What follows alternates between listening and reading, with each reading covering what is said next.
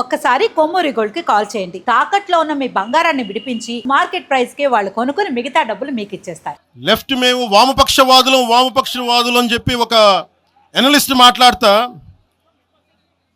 ఇది ఎలా ఉంటుందంటే ప్రపంచ కార్మికులారా ఏకం కండి అని చెప్పే వామపక్ష భావజాలం ఈ రోజున ప్రాంతీయతకు వచ్చింది. ఆ వామపక్ష భావజాలం చెప్పే వ్యక్తి అనలిస్ట్ ప్రకారం ప్రపంచ కార్మికులారా ఏకం కండి అని చెప్పే వామపక్ష భావజాలం ఈరోజు ఎక్కడికి వచ్చింది?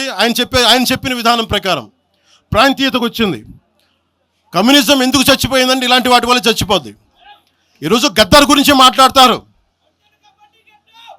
బండెనక బండి కట్టి 16 బండ్లు కట్టి ఏ బండిలో పోతాం నైజాం సర్కార్ ఓడా అంటే అది ఈరోజు మాకు వచ్చిన ప్రేమ కాదు. మాకు అది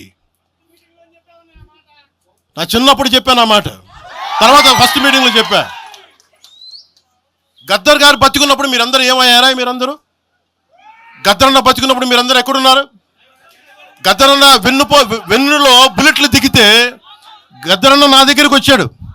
ఒకటి అడిగాడు ఆఫీస్కి వచ్చి, మన జర్నలిస్ట్ కాలనీలో ఉండే జనసేన ఆఫీస్కి వచ్చి, అరే తమ్మి నాకు బుల్లెట్లు దిగినీరా, నాకు వెనకాల నన్ను స్వేచ్ఛగా రే అని పిలుచుకునే అంత చనువు మా ఇద్దరి మధ్య, నాకు బుల్లెట్లు దిగినీరా ఈ వెన్నులో, నడవాలంటే ఇబ్బందిగా ఉందిరా, నాకు కార్లో పోవాలంటే ఆటోలో తిరగలేకపోతున్నా, ఒక అండంగా అడుగుతున్నా, హక్కుగా అడుగుతున్నా, బండి కొనివరా అంటే ఆయన ఒక 24 గంటలు 3 రోజుల్లోనో 2 రోజుల్లోనో బండి కొనిచ్చాను నేను ఆయనకి. ఇప్పుడు ఎందుకు చెప్తున్నానంటే ఆ రోజు నేను చెప్పుండొచ్చు, నేను చెప్పట్లా. మీకేం తెలుసు గద్దర్ గారి గురించి? మీకేం తెలుసు? మీరేం మాట్లాడతారు గద్దర్ గారి గురించి? బతికున్నప్పుడు ఆయనకి ఏం చేశారు? మీరందరూ బతికున్నప్పుడు మీరేం చేశారు ఆయనకి? మీరు పర్మిషన్ ఇవి కూడా ఇవ్వాలా? మీరు ఒక్కళ్ళు మాట్లాడలా? ఏదైనా అవసరం వస్తే నాకు వచ్చి నా కాడకు వచ్చి ఆయన గద్దరన్న ఏంటి ఏమనుకుంటున్నారు మీరు? నేను పాలిటిక్స్లోకి వచ్చాక తెలుసు అనుకుంటున్నారా గద్దరన్న? మీరందరూ చూసిన ఖుషీ సినిమా చూసిన తర్వాత చిరంజీవి గారు ఫోన్ చేశారు నాకు, అరే గద్దర్ గారు ఫోన్ చేస్తున్నారా నీకోసం, ఒకసారి నేను కలవాలంటాను. ఆయన ఒకటే మాట అన్నారు చూసి, అరే మా పోరలు చూపించిన రా బాబు నీ సినిమా పాట, దాంట్లో నువ్వు తాకట్లో భారతదేశాన్ని తాకట్లో పెట్టే విజువల్ పెట్టావంట, నువ్వు మాకు అర్థమవుతుందా, మా భావాలు అర్థం చేసుకున్నవాడు అని చెప్పి. తరిమేల నాగిరెడ్డి గారి తాకట్లో భారతదేశాన్ని ఆ భావన నువ్వు పెట్టావంటే మాకు అర్థమవుతుందని నేను చెప్పాను. నాకు లెఫ్ట్ వింగో రైట్ వింగో తెలియదన్నా, నాది హ్యూమనిజం అన్న, మానవత్వం అన్న, మీరు మీకు తోసిన సంతోషం అన్నా అని చెప్పి. ఆ రోజు నుంచి ఆయన చనిపోయేదాకా, ఆయన అంతిమ ఘడియల వరకు ఆయన హాస్పిటల్లో ఉంటే వెళ్ళి కూర్చొని, అన్న మీకు ఏం కావాలి చెప్పండి అంటే, ఏం వద్దురా తమ్మి, తెలంగాణ యువతకి కానీ ఆంధ్ర యువతకి కానీ భారతదేశంలో యువతకి భవిష్యత్తు వాళ్ళదని చెప్పు.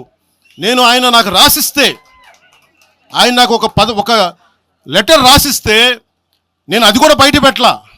ఆయనే ఒక ఆడియో ఫైల్ చేసి, నేను దాన్ని కూడా కూర్చొని చెప్పలా, ఆడియో ఫైల్ చేసి ఆయన ఒక చిన్న ఛానల్కి రిలీజ్ చేసి అది బయటకు వచ్చింది. మీరు కూర్చోబెట్టి తెలంగాణ గురించి అని మాట్లాడతారు. నేను నిజంగా ఎంత కమిట్మెంట్ లేకపోతే కొండగొట్టు ఆంజనేయుడికి నేను 30 కోట్లు టీటీడీ నుంచి చెప్పిస్తాం. మేము ₹1 కోటి ఎందుకు మా కూర్చోబెట్టి తెలంగాణ ప్రభుత్వానికి ఇస్తాం? ఆపదలో ఉన్నప్పుడు, విపత్తుల్లో ఉన్నప్పుడు మీరు మాట్లాడి, మీరు ఈరోజు మాట్లాడుతూ ఉన్నారు, బెదిరిస్తున్నారు. ఒకటే చెప్తా ఉన్నా, ఇక్కడున్న నాయకులందరూ కూడా, మరి శంకర్ గౌడ్ గారి దగ్గర నుంచి ఇక్కడున్న నాయకులు పేరున సంపత్ నాయక్ కానీ, సాగర్ గారు కానీ, వీళ్ళందరూ కూడా మీరు బెదిరిస్తూ ఉంటే మేము భయపడి, సారు మీ కాల్మొక్తా సారు, మీ బాంచన్ సారు అని అంత భయాలు ఉన్నాం. మేము వాళ్ళమే కాదు. మేము ఒకటే చెప్తా ఉన్నా, వైఎస్ రాజశేఖర రెడ్డి గారు బతికున్నప్పుడు ఆ రోజు మీ గొంతులు ఏమైనాయి? ఆ రోజున మీ అందరి గొంతు తెరిచారా మీరు? ఆ రోజున తెలంగాణ గురించి వీళ్ళు మాట్లాడుతూ ఉంటే ఒకటే చెప్తా ఉన్నా, యువరాజ్యం పెట్టిన తర్వాత మొట్టమొదటిసారి నా మీద కేసు పెట్టి పోలీస్ స్టేషన్లో కూర్చోబెట్టింది తెలంగాణ భీమరావు బాడా కోసం. దానికోసం తెలంగాణ మీద మొదటి కేసు నాకు తెలంగాణలోనే పడింది. కూర్చోబెట్టి మీరు అందరూ కూర్చోబెట్టి ఆ రోజు ఒక్కళ్ళు ఏమయ్యారు? ఈరోజు మీరు బెదిరిస్తూ ఉన్నారు, బయటకు వస్తే దాడులు చేస్తారు. మాకు దాడులు కొత్త అనుకున్నారా? మాకు మీరు మహబూబ్ నగర్లో మన కాంగ్రెస్ నాయకులు కూలిస్తే స్టేజే కూల్చేశారు. మీరు మా కార్లు అడ్డం పెట్టి మా మీద దాడులు చేయడం, ఇవన్నీ తట్టుకొని ఇచ్చాం మేము. ఖమ్మంలో మీరు దాడులు చేశారు ఆ టైంలో, అప్పుడున్న కాంగ్రెస్ ప్రభుత్వం. ఈరోజు మాకు కొత్త అనుకుంటున్నారా ఇవన్నీ? మీరు చేసే ఈ తాటాకు చప్పుళ్ళకి బెదిరేది కాదు జనసేన, గుర్తుపెట్టుకోండి.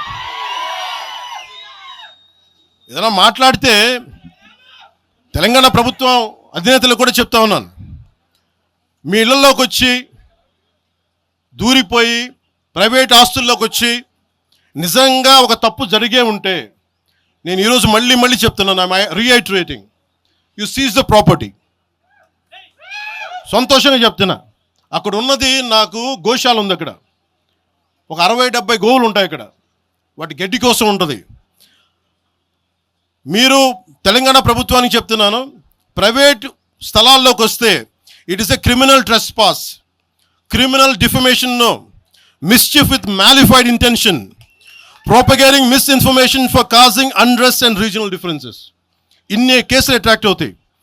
ఇవన్నీ మీరు ఒక్కసారి కూర్చొని మీరు మమ్మల్ని భయపెట్టాలని చూస్తే వాటికి భయపడే వాళ్ళం కాదు. మీరు ప్రతి చోట మీరు రీజనల్గా ప్రతిసారి పట్టుకొస్తే ఇక్కడున్న జర్నలిస్టులో కానీ ఐఏఎస్ ఐపీఎస్లో కానీ అన్ని జాతులు ఉన్నాయి, అన్ని కులాలు ఉన్నాయి. ఒక్క ప్రాంతానికి చెందిన వాళ్ళు లేరు ఈ భారతదేశంలో. నిజంగా కూర్చోబెట్టి తెలంగాణకు ద్రోహం చేస్తే మొట్టమొదటి గొంతు లేపే జనసేన లేకపోతే, ఆ రోజు మీరు అందరూ మర్చిపోయారేమో, మేము లేపాం గొంతులు.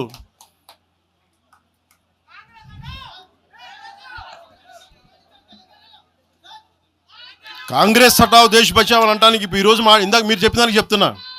కాంగ్రెస్ నాయకులు మాట్లాడుతున్నారు కొంతమంది, అందరం చెప్పట్లా. కొంతమంది నాయకులు కూర్చొని మాట్లాడుతూ ఉన్నారు, నువ్వు ఎలా తిరుగుతావు, రోడ్ల మీద చూస్తాం, నాలుకలకు వస్తాం, నాలుకలు చీరుస్తామంటే రండయ్యా బాబు మీకు నాలుకలు తీసి చూపిస్తాం మీకు కోసుకొని. అలాగే మీరు ఒకప్పుడు ఇలా మాట్లాడిన నాయకులందరూ రాజశేఖర రెడ్డి గారు తెలంగాణకి విభజనకి నేను వ్యతిరేకం నేను అన్న చెప్పిన వ్యక్తికి పక్కన ఉన్న కొమ్ము కాసిన వాళ్ళు వీళ్ళందరూ మాట్లాడతారు. నిజంగా నాకు చివుళ్ళ మల్లికార్జున్ శ్రీశైలం చెంచు పెంటల నుంచి వచ్చిన చెంచు గూడెల నుంచి వచ్చిన కుర్రాడు, 16-17 ఏళ్ళ కుర్రాడు, చెంచుళ్ళు చివుళ్ళు శివ మల్లికార్జున్, వీళ్ళు వెతుక్కొని వచ్చారు నా కోసం. దేనికి? మాకు యురేనియం మైనింగ్ జరుగుతూ ఉంది అన్నా, నువ్వు వచ్చి ఏదైనా చెప్పన్నా అంటే, ఆ రోజు ఓడిపోయినాను 2019 తర్వాత 2 చోట్ల ఓడిపోయి అంటే నా మీద ఏ నమ్మకం పెట్టుకొచ్చాడు. ఎందుకు నేను తెలంగాణ యువతను నమ్ముతానంటే, వాళ్ళకున్న లోపల ఉన్న భావం ఎంత బలమైందంటే మొత్తం ప్రభుత్వానికి అదిపించింది ఒక్క కుర్రోడి భావం. దానికి నేను ప్లాట్ఫామ్ అయ్యాను అంతే. దానికి ప్లాట్ఫామే అయ్యా. వచ్చి కుర్రోడు రోడ్డు మీద కూర్చొని జనసేన ఆఫీస్ ముందు కూర్చుంటే వెళ్ళి మాట్లాడా, ఏం బాబు ఏం కావాలన్నా అంటే, నీకు కూర్చోబెట్టి అన్న మాకు యురేనియం మైనింగ్ జరుగుతుందన్న మా శ్రీశైలంలో చెంచుపెంటల్లో, నువ్వు మాట్లాడన్నా అంటే మొత్తం తీసుకొస్తే ఒక్క మాట మాట్లాడితే, ఆ రోజున వి హనుమంతరావు గారు, ఇప్పుడు కాంగ్రెస్ నాయకులు వి హనుమంతరావు గారు, మేము కూర్చొని మాట్లాడితే అఖిలపక్షం ఆ రోజు పిలిచాం. ఏ బలం ఉందని జనసేనకి ఆ రోజున ఓట్లు వస్తాయన్నా మేము చేసింది తెలంగాణ మీద ప్రేమ, తెలంగాణ మీద ఇష్టం, తెలంగాణ మీద మమకారం.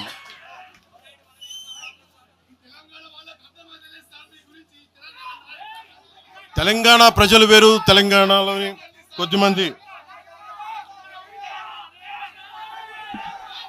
నేను కేసీఆర్